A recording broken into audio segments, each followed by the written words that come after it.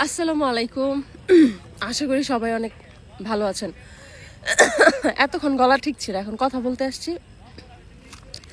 আমি 2-3টা কথা বলি। আমার ব্যক্তিগত জীবন নিয়ে আমি কখনো ক্যামেরার সামনে কথা বলি না, এই পর্যন্ত বলিও নাই বা পছন্দও করি না। আর আমার মনে হয় না যে ব্যক্তিগত জীবন নিয়ে সোশ্যাল মিডিয়াতে কিছু বলার দরকার আছে বা খুব বেশি মাতামাতি করার দরকার আছে। তো যার কারণে আমি আমার ব্যক্তিগত জীবন নিয়ে কখনোই কিছু বলি নাই আপনাদেরকে।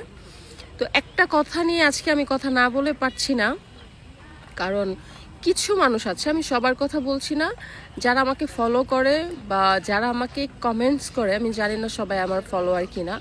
তো যেহেতু মোটামুটি কিছু ফলোয়ার্স আছে, অনেক ভিডিওস বা অনেক পোস্ট ফলোয়ারের বাইরের মানুষের কাছেও যায়।